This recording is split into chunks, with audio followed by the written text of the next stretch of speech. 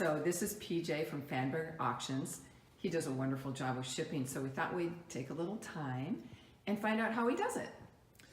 Hi, well, she said I'm PJ, and we get a lot of requests to do shipping, and you know, it's a little bit of a daunting thing sometimes, especially if you're a newer affiliate and you've got to figure out, okay, I've got all these irregular shaped items and they're going all over the place. How do I do this and how do I do it so I can not lose lots of money? Which is what we all want to do, because ultimately having a shipped item on your auction is going to increase your bid prices, because it increases the pool of people that are looking for your items and willing to bid on your items. And anytime you have a person that is outside of your area bidding and ultimately winning your items, it's naturally higher bid prices. So we're running at about 20% of our items are shipped now. We've been pushing it pretty heavily this year. It's gone really well for us. We've made money on most of them. We've lost money on a few. There's a little bit of a learning curve. The pallet size lots, we're still kind of figuring that out. It's a little trickier, but we've got some steps in place for that maybe that'll be another video another time. But today we're just going to focus on small box items, and we predominantly use speedy shipping, speedy delivery for that. They are the best and the cheapest as far as I'm concerned. There's a couple other affiliates that agree with that, and they'll pick it up at your location.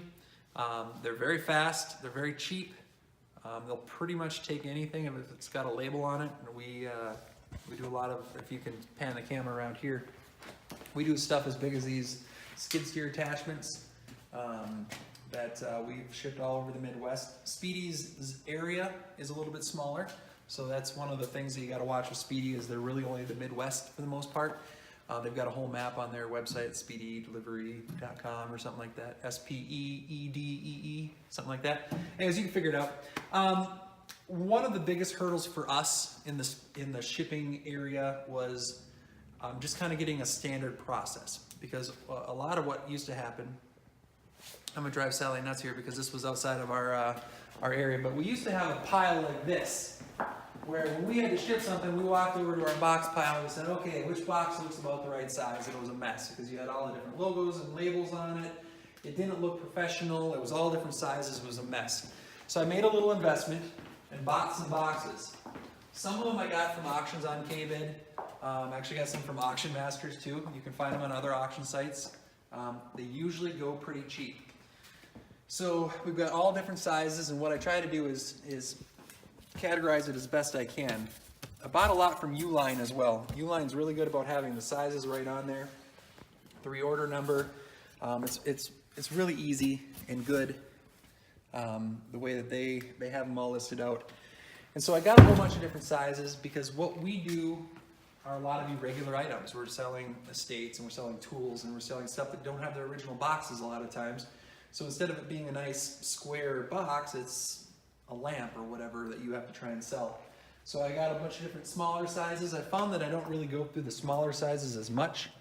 Usually kind of a 16 by 16 by 16 box is pretty much a common thing for me, but I like to have the closest size possible. So when I see smaller boxes come up at auctions for $5 or whatever, I buy them. Typically to buy these boxes is gonna be about roughly $1 to $2 per box. Some of these bigger boxes are going to be in that $2 to $3 range, and that's going to be your cost that you pass on to the bidder. So I actually made a sheet right over here. This is a little out of date, but it tells me how much, basically what is my cost, and I throw a couple cents in there to make sure I'm taken care of. And then it gives me a cheat sheet of how much I need to charge for each box. And I've got about twice that many sizes now, so I need to update that sheet. So the next thing I got to do is, when I'm at an auction, I need to know, okay, which stuff is being shipped. And so I created a little, it's basically an overlay for the invoice that I print over our KBID invoices. So when I have something that needs to be shipped,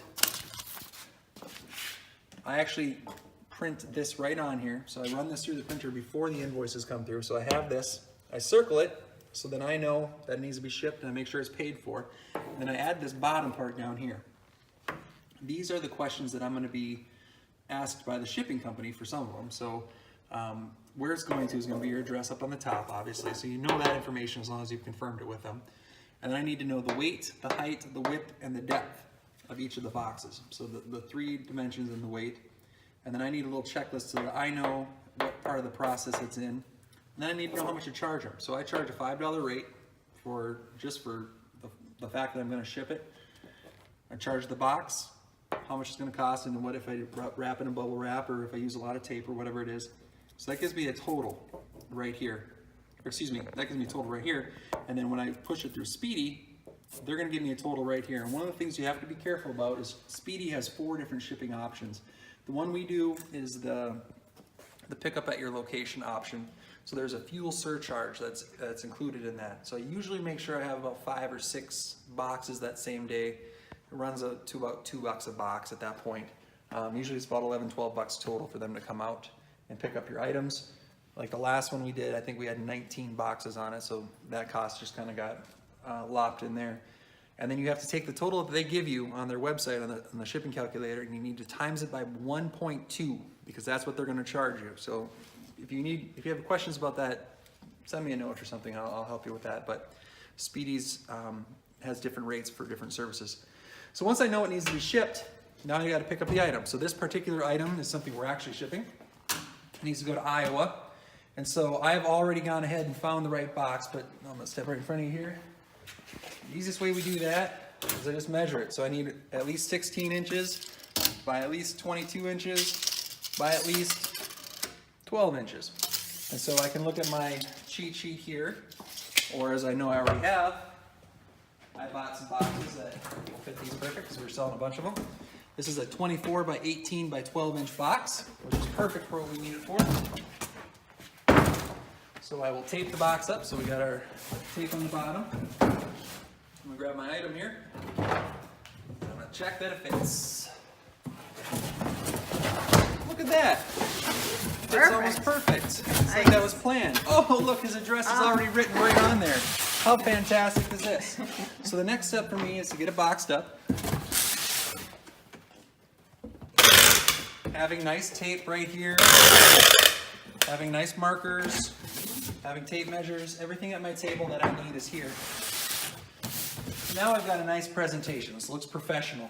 The next thing I want to do is a little branding. So at stickermule.com, stickermule.com, you can get little address labels made. It's got a peel back, got my logo on it, where it's being shipped from. I even put my address or my website on there. Stick it right up here on the top. I got a nice professional thing. Also, you can get these little packing list enclosed slips. Fold it right up to here, right up to the page mark. Flip it over on its back. A triple fold on this side. Stick it right on in here. This gives me a nice professional presentation with their name on it. These are going to cost me, I think they cost me like, I think these are 6 cents a piece. These are Now, I like this, but why wouldn't you put that inside the box? Because if you have multiple boxes, it's nice for them to be able to see what all of it is. You can put it inside the box. There's really nothing against that. It's just they get missed a lot of times. And I think it looks good right on the outside there. So there's that. So on my little cheat sheet here, you now know that the box was a $3 box. So 5 plus 3 is, so I got $8 there. Shipping I'll put in the calculator a little bit later, so I'll get that total. But Speedy needs some information here too, so they need to know it's an 18-inch box by a 24-inch box by a 12-inch box. So I'm going to put, it's 12 inches high, it's 24 inches wide, and I think it's at 18. And I got to weigh it. This particular scale I got off of Amazon. Actually, I take that back. This one I bought from a Loretto equipment auction. But you can find the same ones on Amazon, I think for 35 bucks or so. This is a 600-pound scale. I could zero it out, but at 0.05, we're not really concerned. Pop it up on there. We can see it's 34 pounds. I just round up to the next pound for the fun of it. So it's a 35-pound box that's all ready to go. We did it in just a minute or two here. My profit on it is going to be you know, about $4 when it's all said and done, $3 or $4. But I also got higher bid prices because of it. So the next step from this is to contact Speedy. You can call them or you can email them. I found that emailing is the easiest if you've got a number of them. There's kind of a little, they don't really have a form. It's a little bit of an archaic, out-of-date system at Speedy, but it's cheap, so we don't really care. So I actually send a regular email. I got to put who it's to, the dimensions on it, and then what it is. So it's a box. So package 1 is a box going to Iowa, and then the dimensions are such and such, and then they'll oh, you probably want to know how you get paid from the seller too. So what we do, this is just what we do. There's 2 ways you can do it. If it hasn't been paid already, you can go into the Speedy website and you can do a shipping calculator that gives you an estimate, which is pretty much spot on every time.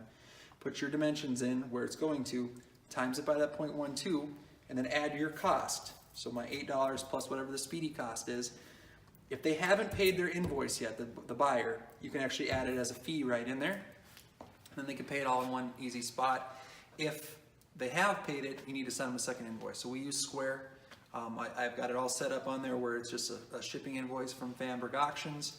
I put that total in there, sends it to them, and then they're usually pretty good about paying. You can actually set up automatic reminders in there, and then I'll typically delay my shipping about 24 hours before I send it in, just to give everybody a chance to pay for it before I hit the button.